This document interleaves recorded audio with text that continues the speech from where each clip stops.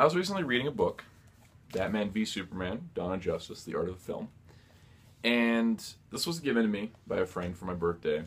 And as I was reading this, and as I've been looking at things online about people's opinions of the current DC Extended Universe, I've been thinking, what is the real issue here?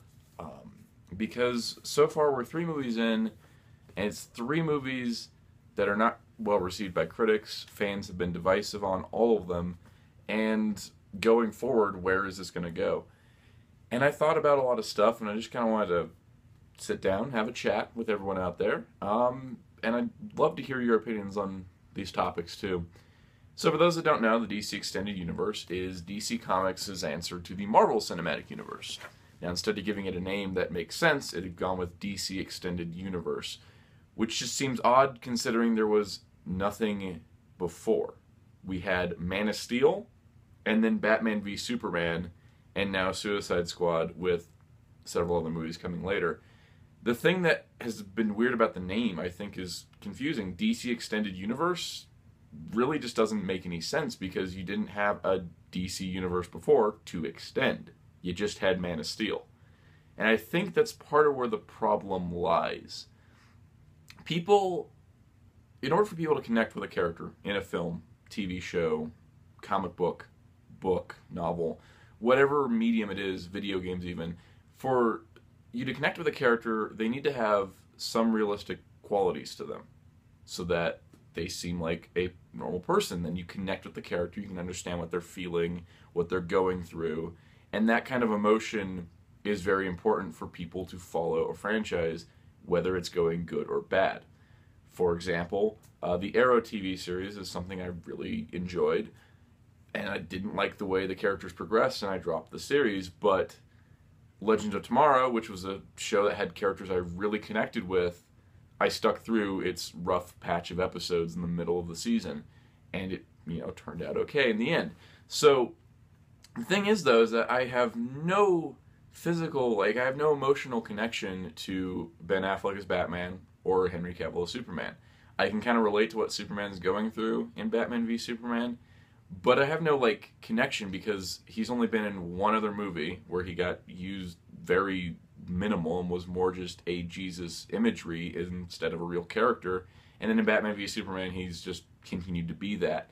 There isn't any of those character moments that really have you connect with the characters. And Ben Affleck's Batman, he's only been in 40 minutes of a movie. He didn't get enough screen time for me to connect with that character. I see him as Batman, but it's not a Batman that I would be concerned about in the movie. And I'm going to just throw up spoilers for all 3 DC Extended Universe movies. I don't want to keep thinking about what hasn't seen. It's just going to flow right out. So, spoiler alert, I'll throw that at the beginning of the video too. But if you don't want to get spoiled for Batman v Superman or Suicide Squad or Man of Steel, just click away. I'm just going to be talking about things. When it comes to that battle between Batman and Superman, if this was 2 characters that had their own film series that we had seen and connected with those characters, and then they're suddenly fighting each other because they've met for the first time and they're not getting along and they're fighting in this intense battle that Lex Luthor tricked them into, that scene would have had a lot of emotional impact if I cared about either character that much. It was just, here's another Batman, here's another Superman. It could be the Batman from Batman Unlimited and the Superman from Justice League Action, and I would care the same. The depth of characters is lacking in these films, which I think is one of the problems. And if, for whatever reason, you're trying to rush to Justice League to compete with Avengers, it doesn't make it, when you get to Justice League, it's not as cool. When Avengers happened, it was so cool because we had our Iron Man movie, our Hulk movie, another Iron Man movie, Thor and Captain America, and then they all came together, with Black Widow and Hawkeye getting thrown into a couple of the other movies just to introduce them. And when they all joined together to fight in New York City, it was really great. It was a very awesome moment because we connected with those characters because we spent time with them. There was time spent with the characters as opposed to time spent with the plot. As slow of a plot that the first Thor movie is, I really like that movie because it makes you connect with Thor. It makes you connect with her name escapes me. It's Natalie Portman's character. I'm not a huge Marvel fan, if you can't tell by the DC stuff. The point is that that movie was very slow. Not a lot happened. It was a pretty quick plot, but it spent a lot of time on Earth. On Earthrealm, you had all these characters that were just interacting with each other in normal situations. Thor being in a diner is kind of a normal situation. You can understand that and just be like, oh, he's out of place. But then you understand why he's out of place because you see Asgard. When it comes to Superman, the thing you got to show is not just him on Smallville with his adoptive parents, Mom, Pa Kent, which is what Man of Steel showed a lot of. But you also got to show him as Clark Kent, the reporter, which Man of Steel showed none of. He didn't have that grounded real life that Clark Kent leads. That's why the character in TV shows, comics, you connect with Superman more because he's got that Clark Kent side.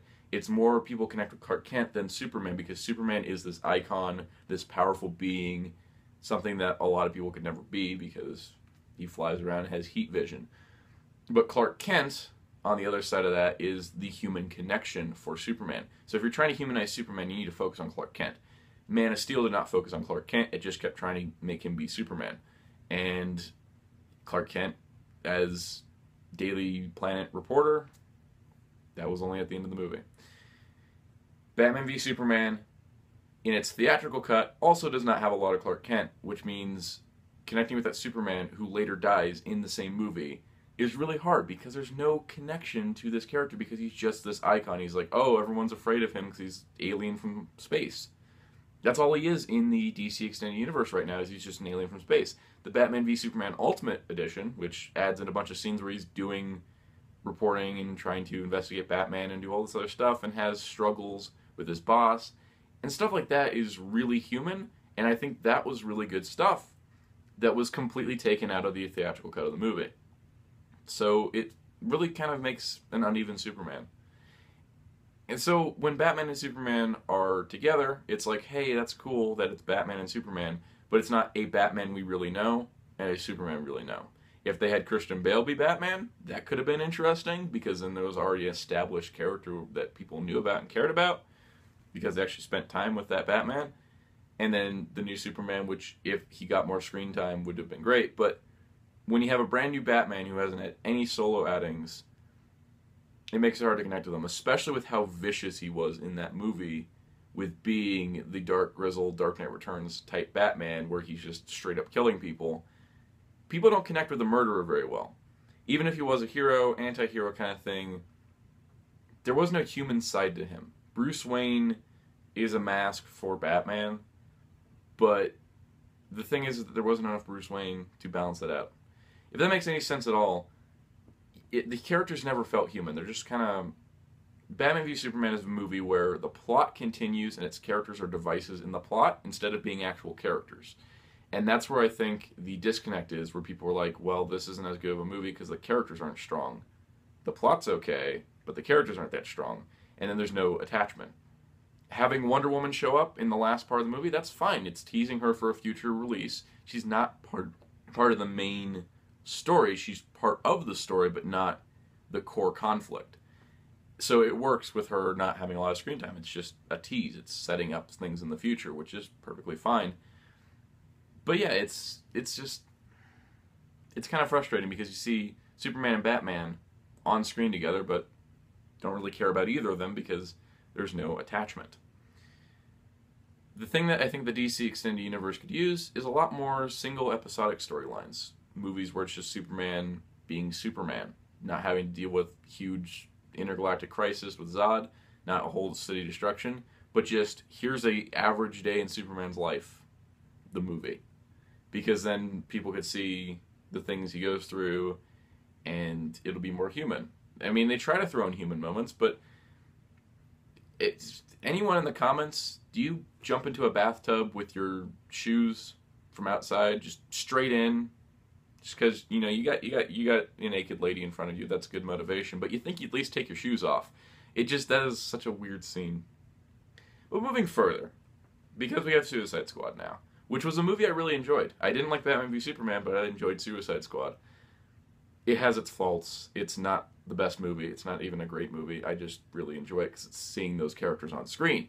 That is more exciting to me because Deadshot, Captain Boomerang, Katana, Killer Croc, Harley Quinn, those characters really haven't been put on film before. So it just kind of makes it cool because you have a bunch of characters never been put into a movie before interacting with each other, which was really fun, and that's what made the movie fun. It was also bright and colorful, ironically. The movie about two superheroes fighting each other was darker than the movie about a bunch of criminals that are put on a task force and could possibly die at any moment. The point is that Suicide Squad was a much more enjoyable film, but it wasn't necessarily better than Batman v Superman, if that makes any sense at all. But when we're talking about problems with the DC Extended Universe, I don't think the movies themselves are really an issue. I think it's just the expectation for these, because of how long it's taken for them to come out, just isn't met when the movie comes out. Suicide Squad has a ton of cut footage, as we can tell from the trailers, because there was a lot of stuff that just never even made it in. There could be a completely different movie if you just edit it differently. And that's where I think the problem lies, is the editing. Because with Man of Steel, there's a lot of scenes that just had way too much time and needed to be cut down. With Batman v Superman, the whole movie got cut down by a half hour, but lost a whole chunk of its story. This whole plot kind of unravels when you don't have that extra half hour there. And with Suicide Squad, it was cut together to meet test audiences, and Warner Brothers is trying to meet the audience without reshooting enough, I don't think. I feel like if they really wanted to fit for the audience, they should have just made an entirely different movie, because that was the thing. They're trying to get a mainstream audience with a movie about a bunch of characters that the mainstream audience doesn't know about, which I think might have been their mistake. But the DC Extended Universe has gotten nothing but bad press. The week leading up to Batman v Superman, critic reviews came in, everyone was like, oh no, it's going to be terrible. And I was like, yes, I told you guys this wasn't going to be good. I could tell from the trailers that something was wrong. I take that back, though, because in its entire 3-hour run, I honestly think it's a decent film. Suicide Squad, I was like, this could be really great. It could be really terrible, but it's going to be fun nonetheless, which it was. It was really fun. That's pretty much where that comes down to. The thing is that when you get a movie coming out, and then you get a bunch of bad press, and people are like, oh no, it's just like this, it's failing like this, it's Rotten Tomatoes scores this. All I gotta say is critics don't know anything. A movie can be really popular among a group of people, and the critics will pan it. A movie could be really unpopular, and critics will love it. What it seems like is critic reviews these days kind of seem to be based on what the critic thought the movie could be, instead of what the movie actually is, which is really unfair to the film itself, because people were expecting Suicide Squad to be the next revolutionary comic book film, when it really wasn't, nor was it setting itself up to be. And that is where I think is the most interesting thing, is that I keep seeing reviews for these DC movies where it's like, oh, well, I kind of expected it to be like this. Okay, well, it's nice to expect things one way, but when you're critically analyzing a film, look at what it is and judge it based on that, not what you thought it was going to be. Because that is the biggest mistake any critic can make, because then you are putting unrealistic expectations on the item you're reviewing. Because I have done that with toy reviews too, where it's like, I thought this was going to be a lot better, and then Figma's Sting fell apart in my hands. So stuff like that happens, but it seems to happen with all the DC movies. Meanwhile, all the Marvel movies are just like, oh, those are good, and then they're just passed along. Even films like Thor: The Dark World, which wasn't that great, everyone's like, oh, it's a Marvel movie, I'll go see it. No question. But because DC is in this proving ground state of being, I feel like people are being harsher on it. Like, expecting it to be really great right out the bat. When you think about the first 3 Marvel Cinematic Universe movies were Iron Man, Incredible Hulk, and Iron Man 2.